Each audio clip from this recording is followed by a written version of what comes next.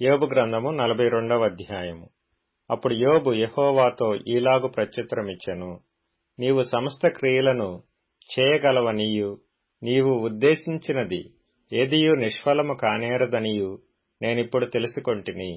జ్ఞానము లేని మాటల చేత ఆలోచనను నిరర్ధకము చేయు వీడెవడు?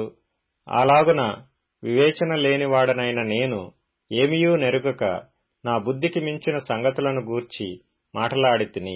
నేను మాట్లాడగోరుచున్నాను, దయచేసి నా మాట ఆలకింపుము. ఒక సంగతి నిన్ను అడిగెదను, దానిని నాకు తెలియజేప్పుము. వినికిడి చేత నిన్ను గూర్చిన వార్త నేను వింటిని, అయితే ఇప్పుడు నేను కన్నులారా నిన్ను చూచుచున్నాను. కావున నన్ను నేను అసహ్యించుకొని ధూళిలోనూ బూడిదలోనూ పడి పశ్చాత్తాపపడుచున్నాను. యెహోవా యోబుతో ఆ మాటలు పలికిన తరువాత ఆయన తేమానీయుడైన ఎలీఫజుతో ఈలాగు సెలవిచ్చెను.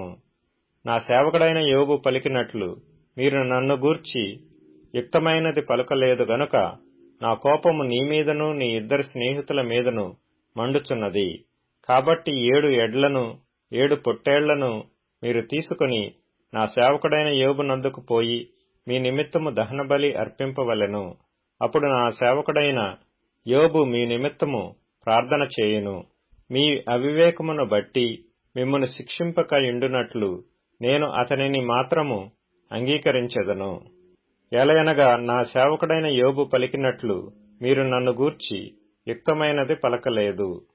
తేమానీయుడైన ఎలీఫజును, షూహీయుడైన బిల్దదును, నయమాతీయుడైన జోఫరును పోయి యెహోవా తమకు ఆజ్ఞాపించినట్లు చేయగా యెహోవా వారి పక్షమున యోబును అంగీకరించెను. మరియు యోబు తన స్నేహితుల నిమిత్తము ప్రార్థన చేసినప్పుడు యెహోవా అతని క్షేమస్థితిని మరలా అతనికి దయచేసెను. మరియు యోబునకు పూర్వము కలిగిన దానికంటే 2 అంతలు అధికముగా యెహోవా అతనికి దయచేసెను. అప్పుడు అతని సహోదరులందరును, అతని అక్కచెల్లెండ్రందరును, అంతకుముందు అతనికి పరిచయులైన వారును వచ్చి అతనితో కూడా అతని ఇంట అన్నపానములు పుచ్చుకొని యెహోవా అతని మీదికి రప్పించిన సమస్త బాధను గూర్చి ఎంతలేసి దుఃఖములు పొందితివని అతని కొరకు దుఃఖించుచు అతన్ని నోదార్చిరి. ఇదియుగాక ఒక్కొక్కడు ఒక వరహాను, ఒక్కొక్కడు బంగారు ఉంగరమును అతనికి తెచ్చి ఇచ్చెను. యెహోవా యోబును మొదట ఆశీర్వదించినంతకంటే మరింత అధికముగా ఆశీర్వదించెను. అతనికి 14,000 గొర్రెలను, 6,000 ఒంటెలను, 1000 జతల ఎడ్లను, 1000 ఆడుగాడిదలను కలిగెను. మరియు అతనికి 7 కుమారులను, 3 కుమార్తెలను కలిగిరి. అతడు పెద్దదానికి యెమీమా అనియు, రెండవదానికి కెజీయా అనియు, మూడవదానికి కెరెంహప్పుకు అనియు పేర్లు పెట్టెను. ఆ దేశమందంతటను యోబు కుమార్తెలంత సౌందర్యవంతులు కనబడలేదు.